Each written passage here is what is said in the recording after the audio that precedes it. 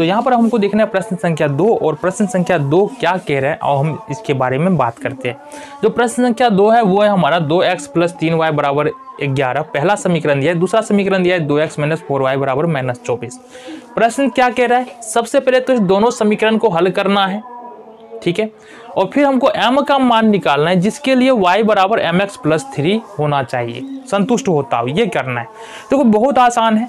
पहले क्या करेंगे पहले तो हमको ये दोनों समीकरण को हल करना है, और चूंकि प्रतिस्थापन विधि इस अध्याय में पढ़ रहे हैं चैप्टर में, तो प्रतिस्थापन विधि से ही हल करना है और दूसरा काम नहीं करना है। तो आ जाओ पहले इसको प्रतिस्थापन विधि से हल कर लेते हैं। तो ये अपन मान लेते हैं इक्वेशन फर्स्ट है और ये इक्वेशन सेकेंड है।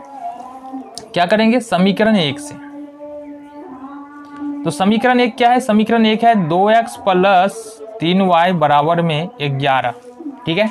अपने को चाहिए x बराबर या y बराबर, तो यहां से क्या कर लेंगे, 2x बराबर हो जाएगा 11 - 3y, क्लियर है। अब क्या करना है, यहां से 2x बराबर 11 - 3y तो हो गया। यहाँ पर देखो 2 और x के बीच में मल्टीप्लीकेशन यानी कि गुना का चिन्ह है। इट मीन्स कि यहाँ पर x बराबर अपन क्या लिख सकते हैं, 11 - 3y, और गुना वाले को जब कोई संख्या या कोई चर गुना में हो तो संख्या के ले जाओ या चर को ले जाओ, दूसरी तरफ जाके क्या हो जाएगा, बराबर के दूसरी तरफ जाके भागा में हो जाएगा, मतलब ये बट्टे में हो जाएगा। ये निकाला हमने x बराबर 11 - 3y बट्टे में 2। ये हो गया इक्वेशन नंबर 3, ठीक है, समीकरण तीसरा हो गया। अब ये जो x का मान निकाला है ना हमने, जो x का मान हमने निकाला है समीकरण नंबर 3 में, इसको क्या करना है, समीकरण 2 में रख देना है, ठीक है। तो आ जाओ लिखेंगे x का मान समीकरण 2 में रखने पर, समीकरण 2 में रखने पर, समीकरण 2 क्या है हमारा, समीकरण 2 है 2x - 4y = -24। आ जाओ 2 × x का मान क्या है, 11 - 3y, और बट्टे में क्या है 2 है, और यहाँ से माइनस का 4y = -24, यही हो जाएगा। कुछ नहीं किया हमने, सिर्फ x के जगह पर क्या किया है, ये वाला जो x का मान था वो हमने यहाँ पर डाल दिया।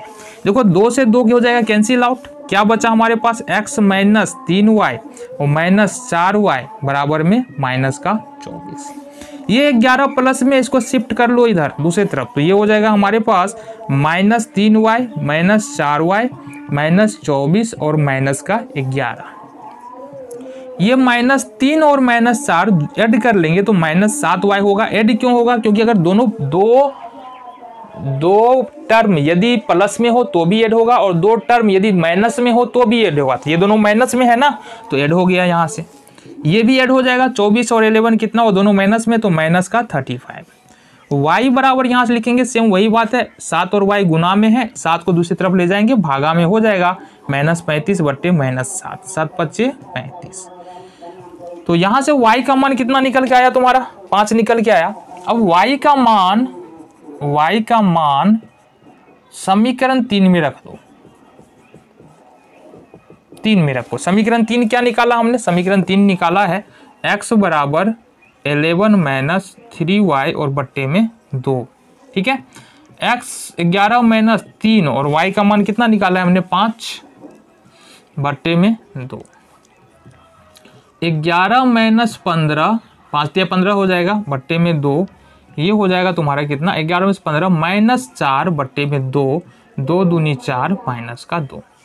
तो यहाँ से x y बराबर निकल रहा है 5, क्या निकल रहा है, यहाँ से दोनों ही मान रख ले, अतः x का मान निकला तुम्हारा यहाँ पर -2 और y का मान निकला यहाँ से 5। ये x y का मान निकल गया। लेकिन हमको क्या चाहिए, यहाँ से m का मान चाहिए। अब क्या दिया हमारे पास, दिया है कि y बराबर mx प्लस में 3। एक बात बता दो, यहाँ से y का मान कितना है, 5 बराबर m का मान तो पता नहीं है, x का मान कितना है, -2 और प्लस में 3। एक बात बता दो हमको, एक बात बता दो, इस 3 को उठा कर इधर ले आए तो क्या होगा, m को -2 से गुना करेंगे, -2m, 5 और माइनस में हो जाएगा 3, प्लस में है, इधर आगे माइनस में हो जाएगा 5 - 3, तो -2m बराबर 2, ये निकल के आ रहा है। इट मीन्स कि यहाँ पर यदि हम m बराबर निकालते हैं तो 2 बट्टे -2, 2 से 2 कैंसिल, कितना हो जाएगा ये, -2 1। तो यहाँ से m का वैल्यू कितना निकला, माइनस का 1।